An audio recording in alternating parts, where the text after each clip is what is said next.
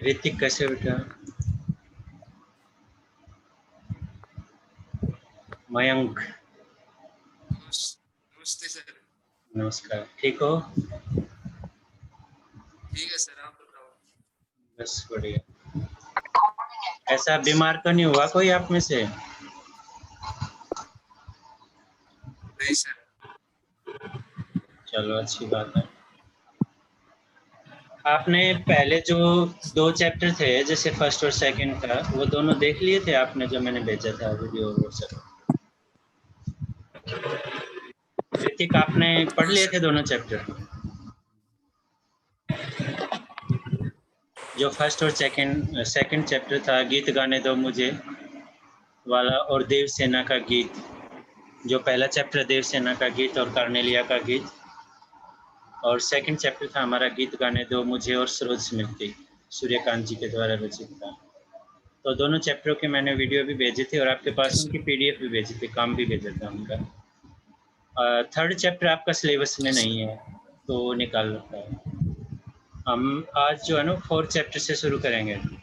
तो इसके पहले का काम आपने एक स्पाइल कॉपी, अच्छी सी कॉपी बना लेना, ठीक है, अच्छी सी, जिसमें आप उसको अच्छे प्रकार से कंप्लीट करोगे।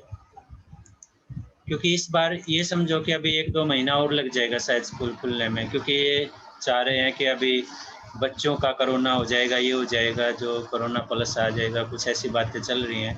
तो इसलिए दिल्ली सरकार सबसे ज़्यादा डरती है इस बार। हाँ जी, हाँ क्या कर रहे हो बेटा?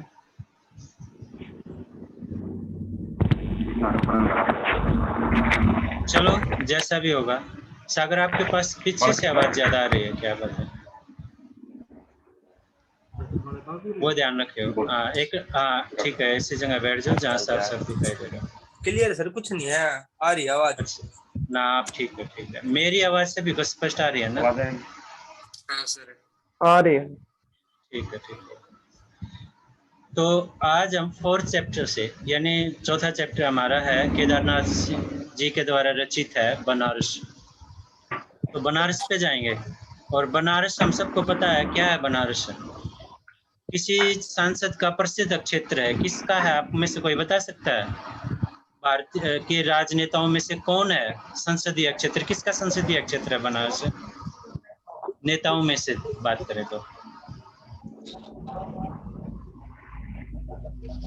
अरे ये तो प्रसिद्ध है बनारस, बिल्कुल सुधारा जा रहा है। वाराणसी जिसको बोलते हैं, वाराणसी बोल दो, काशी बोल दो। इस व्यक्ति का प्रसिद्ध संसदीय क्षेत्र है जिसको हर तरफ से सुधार दिया गया है बनारस को। जहाँ से हमारे एक नेता हैं जो विश्व प्रसिद्ध है, वहीं से खड़े होते हैं। नहीं, योगी नहीं। अरे नरेंद्र मोदी, प्रधानमंत्री नरेंद्र मोदी का संसदीय क्षेत्र है बनारस। बनारस से खड़े होते हैं मोदी, आपको नहीं पता हो तो। गुजरात से है। बेशक से गुजरात से हैं, लेकिन बनारस उनका संसदीय क्षेत्र है, ये ध्यान रखना। ये जनरल नॉलेज भी रखा थोड़ी सी।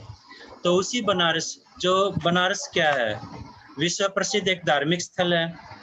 बनारस में कुंभ का मेला लगता है। बनारस से किस नदी के किनारे पर बसा हुआ एक शहर है या क्षेत्र है, हम सबको पता होना चाहिए। गंगा नदी के ऊपर है, गंगा नदी के किनारे है। फिर बनारस की विशेषताएं क्या है? वहाँ की धार्मिक विशेषताएं हैं। लोग वहाँ पूजा पाठ कराते हैं, गंगा स्नान करने जाते हैं, अपने पितरों का जो गुजर चुके हैं उनके श्राद्ध करने जाते हैं। बनारस में सुबह शाम आरती होती है, लोग स्नान करते हैं। आरतियों में आपने देखा होगा, हरिद्वार तो हम बहुत सारे गए हैं, तो लोग आरती के बाद क्या करते हैं?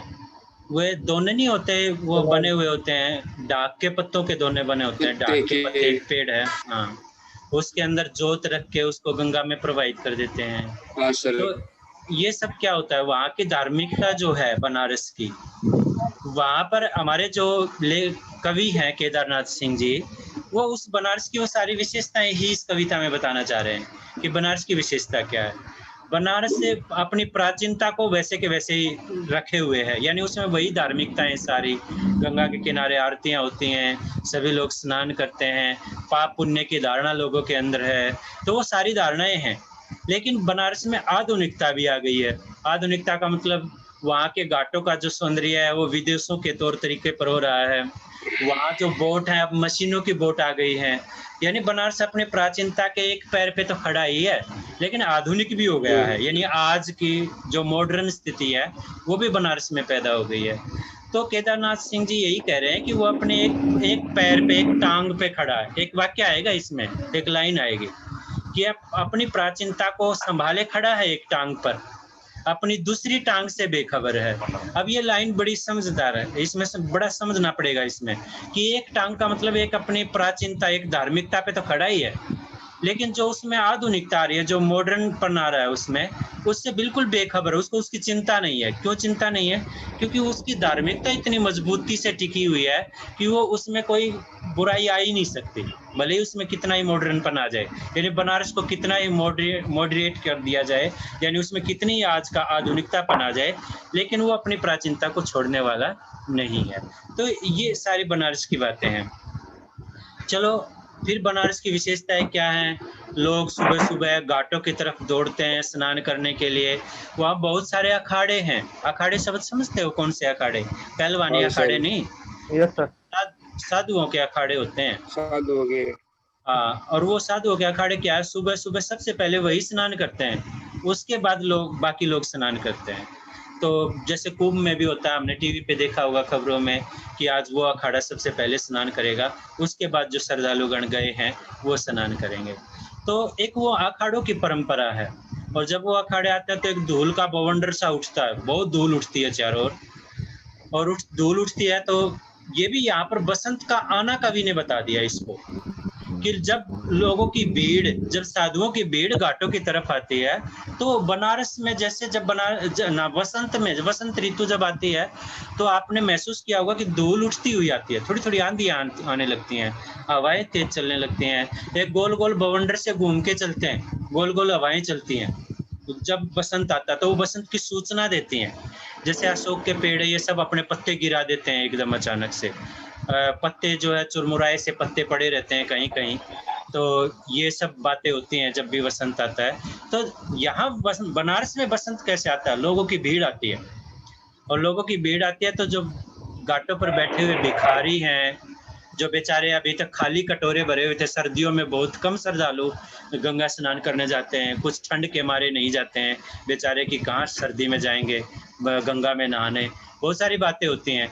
तो जिसके कारण वहाँ भीड़ नहीं जाती ज़्यादा, तो भिखारी भी बेचारे, बहुत कम पैसा उनको मिलता है, तो खाली कटोरे रहते हैं। लेकिन जैसे ही गर्मी शुरू होती है, बसंत ऋतु आती है, तो लोगों की भीड़ ज़्यादा होती है गंगा के किनारों पर, और भिखारियों के कटोरे अब तक खाली पड़े थे। वो क्या होते हैं, भीड़ ज्यादा होगी तो भले ही 10 में से मेरे जैसे कंजूस कम पैसे डालते होंगे, कम डालते होंगे, लेकिन ज्यादातर कुछ तो 10 में से एक तो होगा ही जो पैसा डालता होगा। हाँ सर।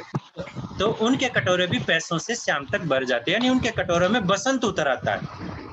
यहाँ पर बनारस में बसंत कैसे आता है वो बताने का प्रयास यहाँ पर लेखक ने किया है, पहली कविता में केदारनाथ सिंह जी ने। दूसरी कविता है हमारी दिशा। दिशा हम समझते हैं कि जैसे पूर्व पश्चिम हमारी दिशाएं होती हैं, तो दिशा मतलब लक्ष्य।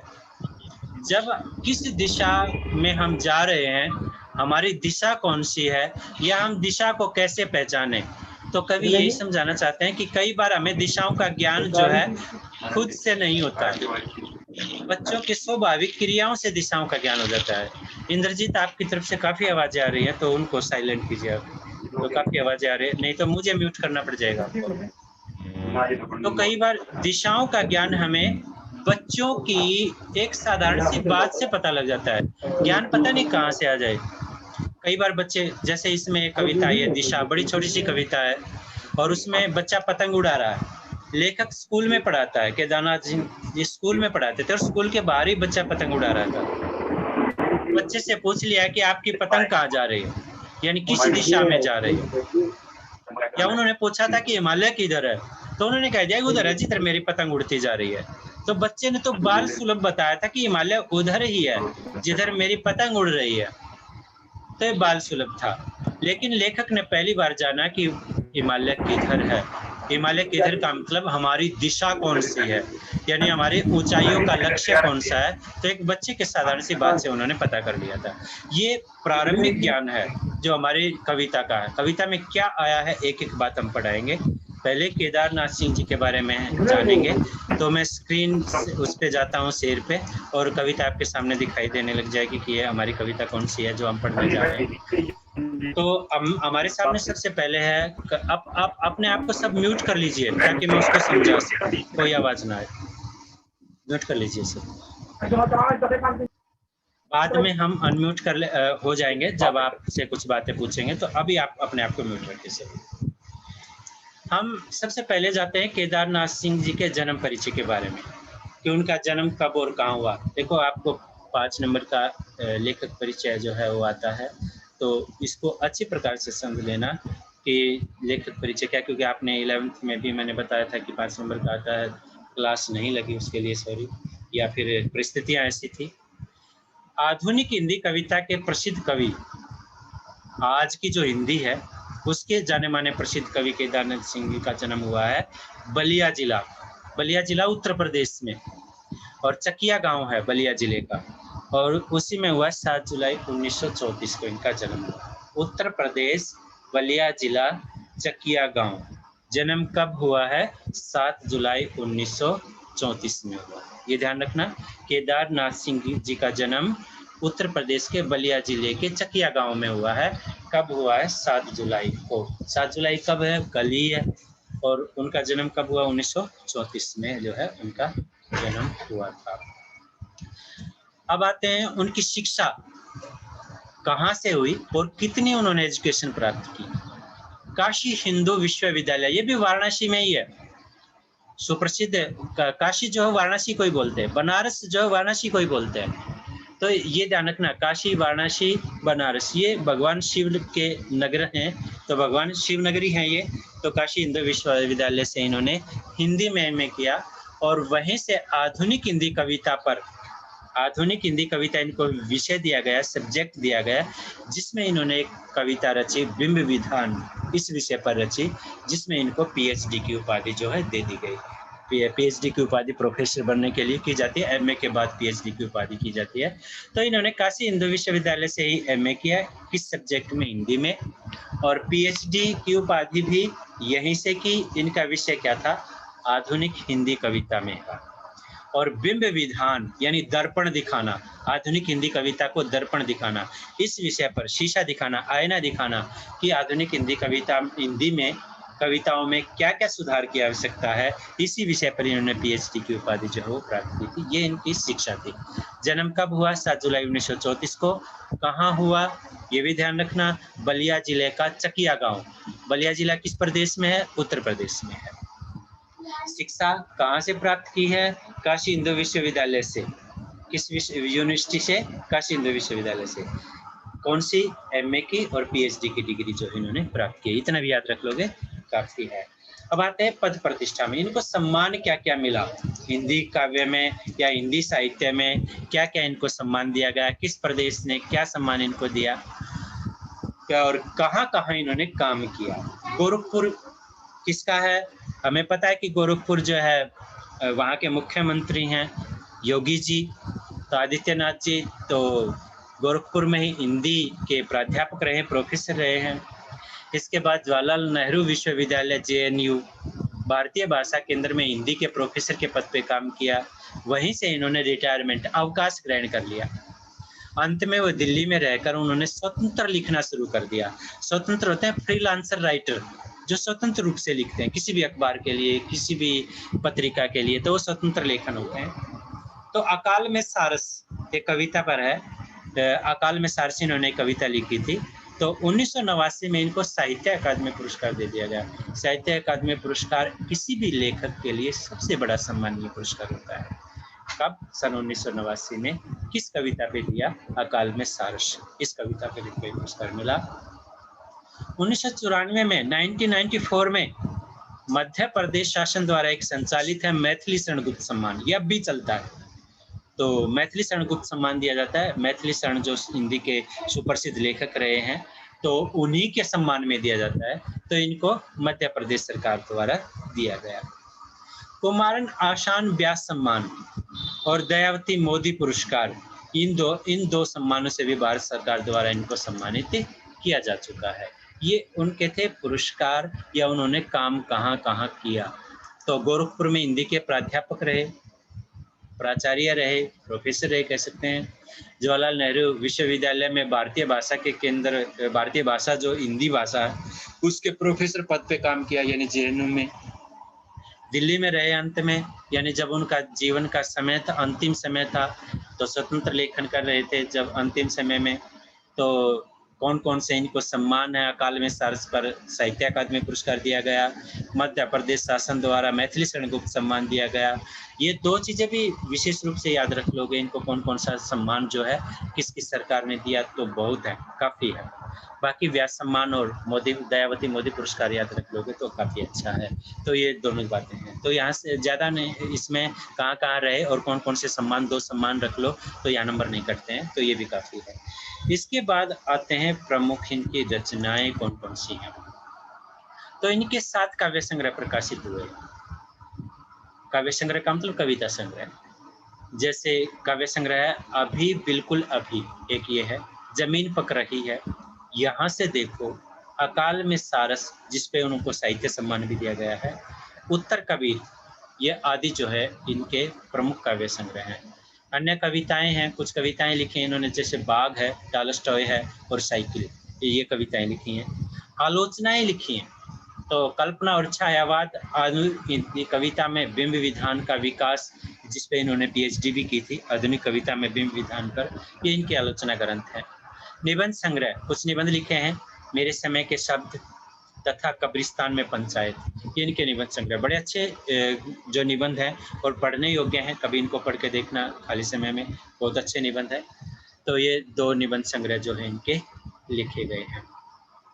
अब हम आते हैं नेक्स्ट पे, जो इन्होंने के निबंध लिखे थे। इसके बाद हम आते हैं इनके साहित्यिक परिचय पर आते हैं। इनका साहित्यिक परिचय क्या है, यानी उन्होंने साहित्य में क्या क्या विशेष रूप से लिखा है, या साहित्य में किन बातों को इन्होंने विशेष रूप से स्थान दिया है। तो केदारनाथ सिंह को मूलतः मानवीय संवेदना के कवि माना जाता है। मानवीय संवेदना, इस शब्द को समझना, मनुष्यों के जो दुख हैं, करुणाएं हैं, उनको स्पष्ट करने का प्रयास किया है, यानी पीड़ाएं हैं उनको रखने का प्रयास इन्होंने अपनी कविता में किया है। उन्होंने अपनी कविताओं में बिंब विधान को अधिक महत्व दिया, यानी लोगों को आईना दिखाने का प्रयास इन्होंने किया है कि वास्तविकता क्या है समाज में, वो दिखाने का प्रयास किया है। इनकी कविताओं में विद्रोह के स्वर के बजाय शांत स्वर को महत्व दिया गया, यानी उन्होंने समाज में किसी चीज को बड़े विद्रोह रूप में प्रकट नहीं किया, बल्कि शांति से अपनी बात को इन्होंने रखा है। जमीन पक रही है संकलन में जमीन, रोटी, बैल आदि इनकी इसी प्रकार की इनकी कविताएं हैं ज्यादातर, जो मानवीय संवेदनाओं को उभारती हैं, जो मनुष्यों के बिल्कुल जीवन से संपर्क रखती हैं, टच करती हैं। तो ऐसी कविताओं को इन्होंने लिखा है। हिंदी भाषा में भारतीय भाषाओं का अनुदित संग्रह ताना बाना इन्हीं का लिखा हुआ हिंदी भाषा में। भारतीय भाषाओं का, बहुत सारी भारतीय भाषाएं हैं, उनको अनुदित किया, अनुवाद किया है, जो ताना बाना नाम से लिखा है। तो हाल ही में प्रकाशित जो इन्होंने किया था, जब ये जो विषय हमारे सिलेबस में लिया गया, काफी पुरानी बात हो गई अब तो इन्होंने ताना बाना नाम से जो है प्रकाशित एक पुस्तक जो है उन्होंने की थी। भाषा की विशेषताएं क्या रही हैं, तो इनकी जो भाषाएं की विशेषताएं रही हैं, इन्होंने अपने काव्य में सहज एवं सरल भाषा का प्रयोग किया है। जैसे ब्रज भाषा या अवधि आदि नहीं है, क्योंकि अभी हम जो है आधुनिक कवि पढ़ रहे हैं, और पहले जो 6 चैप्टर हमारे आधुनिक कवियों के अंतर्गत आते हैं, इन सभी कवियों की भाषा सहज एवं सरल है, जो भाषा के बारे में लिखेंगे। इन्होंने अपनी कविताओं में रोजमर्रा के जीवन से परिचित जो बिंब है, यानी जो वर्णन है, जो सामने दिखाई दे रहा है, उन्हीं सभी का वर्णन इन्होंने किया है। बिंब योजना, फिर ये शब्द बार बार आया है, तो अत्यंत सार्थक है इनकी भाषा में चित्रात्मकता, यानी ऐसा लगता है जैसे हम सब कुछ अपने सामने ही देख रहे हो, वो गुण जो है विद्यमान है, प्रस्तुत है इसमें। मुख्य रूप से अलंकारों का प्रयोग अनुप्रास, पुनरुक्ति प्रकाश, मानवीकरण, ये मुख्य रूप से प्रयोग किया। बाकी अलंकार भी हैं, लेकिन मुख्य रूप से इनकी कविताओं में ये अलंकार होते हैं। लाक्षणिकता का गुण विद्यमान है, यानी बिल्कुल काव्य पढ़ने से हमें एक लक्षण, एक पहचान जो है उस इनके काव्य की अलग से बन जाती है, तो लाक्षणिकता का गुण विद्यमान है। प्रतीकात्मकता शैली है, प्रतीक इनकी एक अपनी पहचान है, एक ये बिल्कुल सामने रखते हैं कि इस प्रकार की उनकी शैली है भाषा की, तो प्रतीकात्मक गुण जो है वो विद्यमान है भाषा में। स्वर्गवास, ये लास्ट पॉइंट है। देखो बिल्कुल मैंने अलग अलग पॉइंट बनाए हैं, जन्म अलग बनाया, उसका पॉइंट बनाया शिक्षा का, फिर उसके बाद उनके जीवन के बारे में, यानी उनकी कह सकते हैं कि प्रसिद्धि क्या है, उनकी शिक्षा क्या है, तो ये सब अलग अलग जो है, उनकी रचनाएं क्या है, साहित्यिक परिचय क्या है, भाषा क्या है, उनका स्वर्गवास कब हुआ, तो आपको बिल्कुल पॉइंट वाइज लिखना है, बिल्कुल अलग पॉइंट बना लेने हैं, तो ये ध्यान रखना है। तो 19 मार्च 2018 यानी 3 साल पहले ही इनका स्वर्गवास जो है वो हुआ है। तो ये था इनका स्वर्गवास। अब हम आ जाते हैं काव्य परिचय पर, हमारी कविता का परिचय। तो कविता का परिचय मैंने पहले ही आपको बता दिया कि बनारस जो है एक प्राचीनतम शहर है, सांस्कृतिक वैभव के साथ ठेठ बनारसीपन भी का प्रकाश जो बनारसीपन लोगों में है, उस पर प्रकाश इस कविता में डाला है। बनारस किसकी नगरी है? शिव नगरी है, मैंने आपको बताया था। गंगा के साथ विशिष्ट आस्था का केंद्र है, यानी गंगा ही इसका विशेष आस्था का केंद्र है। बनारस में गंगा है, गंगा पर घाट हैं, गंगा के ऊपर मंदिर हैं, मंदिरों के गंगा के किनारे या घाटों पर बैठे हुए भिखारी हैं, और भी उनके कटोरों में बसंत का उतरना, ये सारे परिचय मैं बता चुका हूँ आपको क्या क्या विशेषताएं हैं। ये सारा जो है इसमें इस कविता में अंकित हुआ है। इस शहर के साथ एक मिथ की आशा, सुनी सुनाई बातें, काशी और गंगा के सानिध्य में मोक्ष की अवधारणा, यानी लोगों की सोच कि गंगा में स्नान करेंगे, काशी में जाएंगे तो मोक्ष मिलेगा, तो ये सारी अवधारणाएं हैं। गंगा में बंधी नाव, जो प्राचीन काल से गंगा में नाव बंधी रहती हैं, किश्तियां बंधी रहती हैं, वो आज भी बंधी हुई हैं। मंदिरों, घाटों पर जलने वाले दीप, दूसरी तरफ कभी न बुझने वाली चिताग्नि यानी शवों की अग्नि, वो ज़्यादातर जलती है। आजकल प्रसिद्ध भी हुआ था, बहुत सारे सब लोगों ने मिट्टी में डाल दिए थे, क्योंकि जगह ही नहीं रही थी बनारस के घाटों पर, तो उनसे तथा हवन जो किए जाते हैं बनारस के घाटों पर, गंगा के किनारों पर, वो उठने वाला धुआं, ये सब बनारस की विशेषताएं हैं। अर्थात बनारस की क्या क्या विशेषताएं हैं वो सारी इस कविता में बताई हैं। यहाँ हर कार्य अपनी रो में यानी लय ताल में होता है, और यही बनारस का चरित्र है, यानी बनारस की विशेषताएं हैं। तो ये बनारस की सारी विशेषताएं जो यहाँ पर बताइए, ये काव्य परिचय था। अब हम आ जाते हैं अपनी कविता पे, यानी प्रथम काव्यांश पे, कि हमारा पहला काव्यांश क्या है। प्रथम काव्य है, इस शहर में बसंत अचानक आता है, और जब आता है तो मैंने देखा है लहर तारैया मडवाडीह की तरफ से उठता है धूल का एक बवंडर, और इस महान पुराने शहर की जीभ की किरणें लगती हैं। ये कवि हैं मुक्त छंद के, यानी लय ताल नहीं होती है इनके काव्य में। इनकी काव्य ऐसा होता है जैसे कोई बात बताई जा रही हो। इस शहर में बसंत अचानक आता है, यहाँ पर देखो, पहले हम इसका प्रसंग देख लेते क्या बनता है।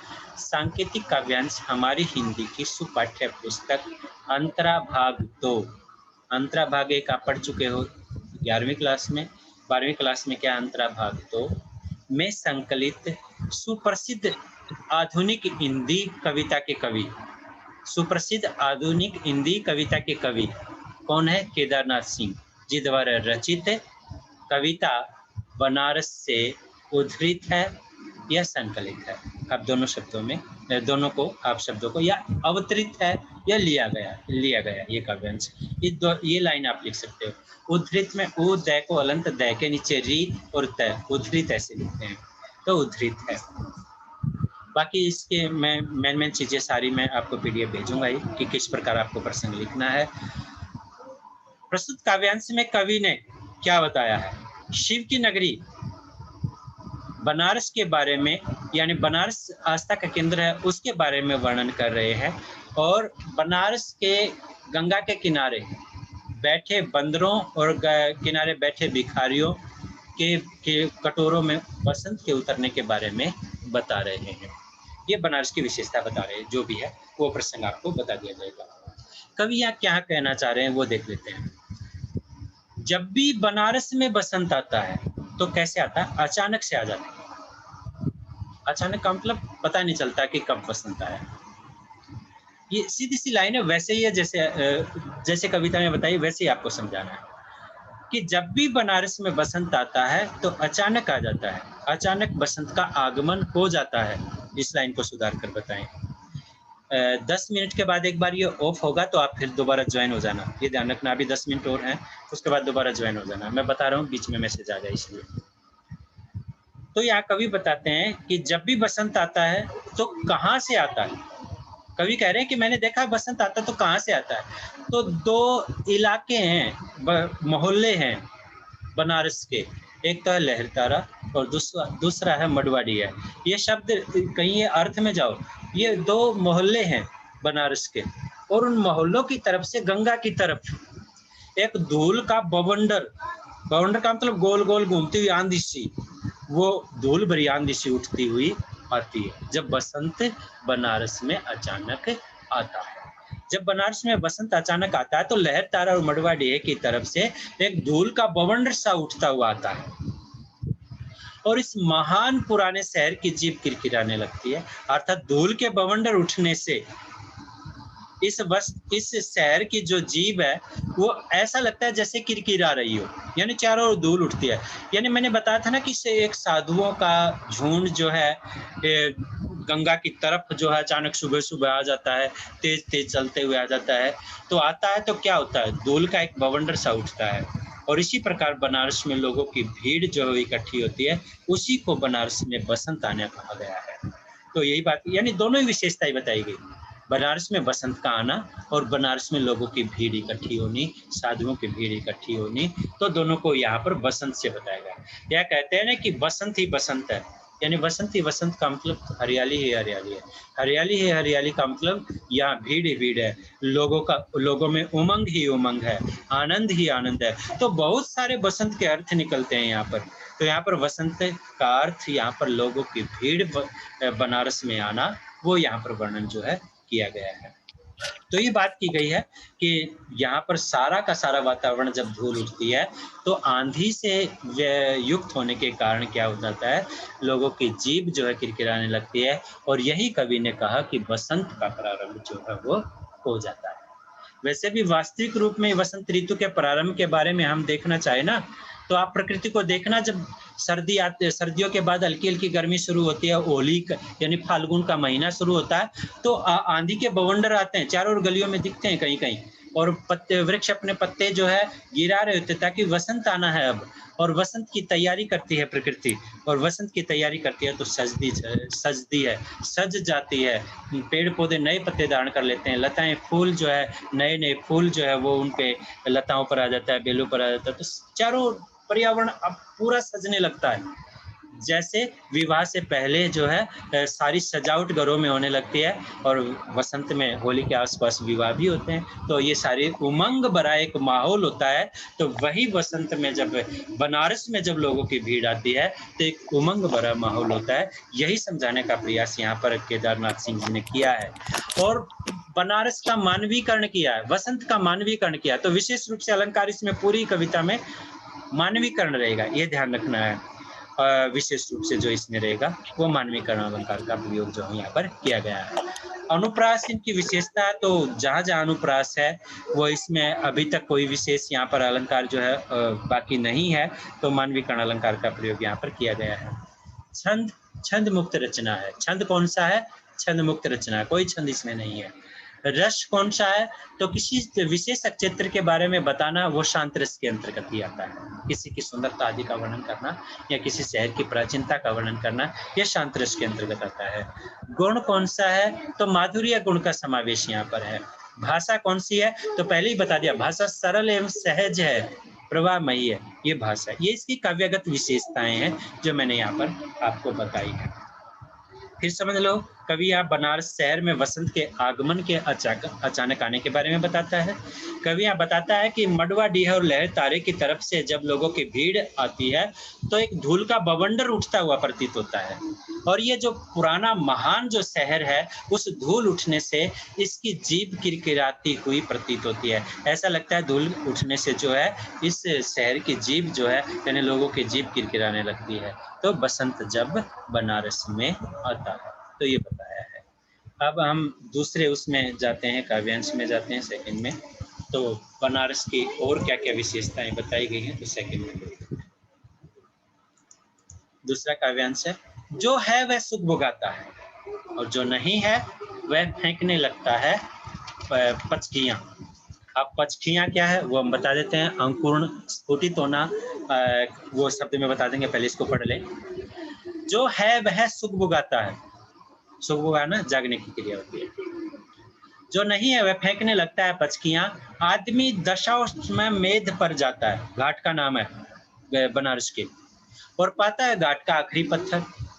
कुछ और मुलायम हो गया है, सीढ़ियों पर बैठे बंदरों की आंखों में एक अजीब सी नमी है, और भिखारियों के कटोरों का निचाट खालीपन, भिखारियों के कटोरों का निचाट खालीपन।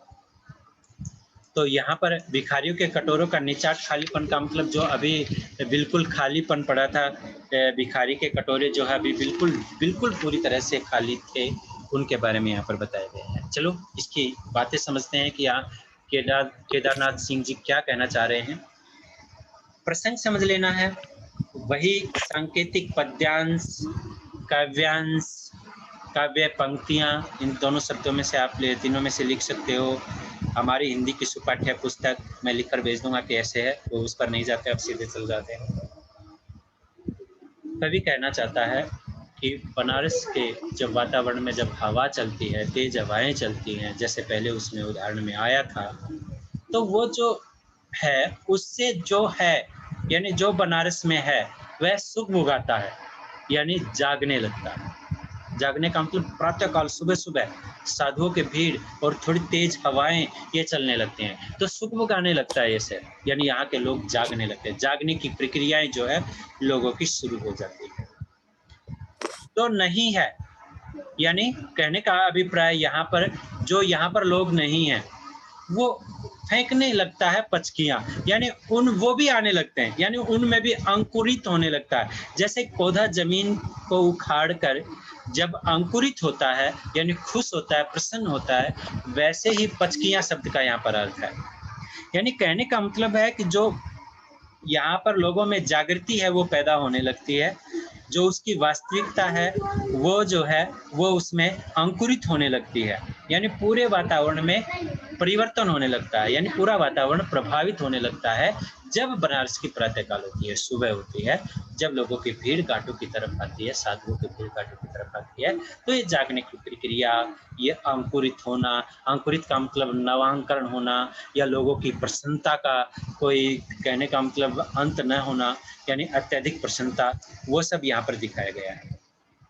आदमी दशाश्वमेध घाट पर जाता है, ये दशाश्वमेध, वैसे तो 10 अश्वमेध का अर्थ है, 2 अश्व का मतलब घोड़े होता है, लेकिन 10 अश्वमेध का घाट का नाम है।